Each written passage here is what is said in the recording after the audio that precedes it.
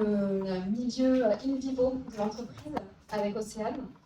Tu nous as expliqué tout à l'heure que donc, tu es DRH pour une entreprise qui a aussi des agences à l'international, en fait.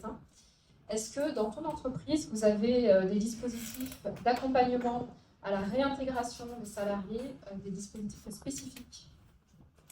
Alors, je vais faire un focus un peu plus sur la France, parce que c'est vrai qu'on n'a pas de mesures particulières sur les autres pays. Ça ne veut pas dire qu'il n'y a pas cette problématique-là.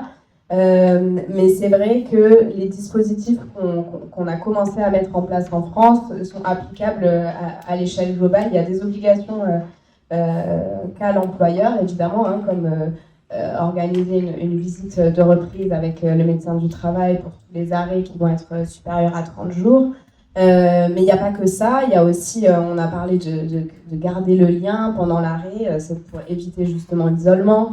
Alors déjà, nous, ce qu'on met en place, parce que si on parle de reprise, on a mis en place un entretien de reprise pour toutes les personnes qui reviennent d'absence longue durée et maladie inclus, évidemment. Alors, c'est pas juste mettre en place un questionnaire avec des questions qui permettront au manager d'en apprendre un peu plus et d'accompagner le retour de son collaborateur, mais c'est aussi toute la sensibilisation qui va avec et guider le manager sur les questions qu'il va pouvoir poser à son collaborateur. Parce que évidemment que tous les managers ne sont pas nécessairement équipés, particulièrement quand ils ne vivent pas la maladie de près ou de loin. Donc nous, la responsabilité qu'on a RH, équipe RH, c'est de les aider sur les questions qu'ils vont pouvoir poser. Donc effectivement, comment se sent le collaborateur, faire en sorte quels sont ses besoins, comment faire en sorte d'y répondre et de maintenir un équilibre pro et perso qui lui permettra de réintégrer l'entreprise dans de bonnes conditions. Mais quelles sont aussi ses perspectives professionnelles? Tu parlais tout à l'heure on peut changer aussi après un événement de vie comme celui-ci et ne pas nécessairement avoir envie de reprendre son poste. C'est aussi avoir un moment dédié avec son manager pour pouvoir échanger en toute bienveillance, c'est important, sur comment on se sent, comment est-ce qu'on imagine ce retour-là. Et puis aussi, évidemment, les aménagements qu'on pourrait avoir, parce que bien sûr, le médecin du travail est là pour faire des recommandations que l'employeur a pour obligation de suivre. Ce n'est pas toujours le cas, particulièrement quand il n'y a pas de statut RQTH notamment. Mais il y a des moyens de revenir dans une entreprise de manière un peu plus sereine, comme un retour progressif. Il y a le mi-temps thérapeutique, mais il y a aussi maintenant un moyen qui est le télétravail, qu'on a de plus en plus l'habitude de pratiquer. Voilà, ça c'est des questions qu'on va aborder pendant cet entretien-là. Donc ça, c'est l'entretien avec le manager. Et puis évidemment, nous, RH, on s'investit aussi dans le retour du collaborateur en créant l'échange et en maintenant l'échange pendant son retour à son poste. Quelles sont les difficultés auxquelles, justement, au niveau des RH, vous faites le plus souvent face? C'est pas la communication. Les gens ne parlent pas toujours très facilement de ce qu'ils vivent, de ce qu'ils ont vécu. Et même si on essaye d'ouvrir la porte, alors on n'est peut-être pas nous aussi nécessairement toujours armés sur comment ouvrir cette communication-là, la faciliter.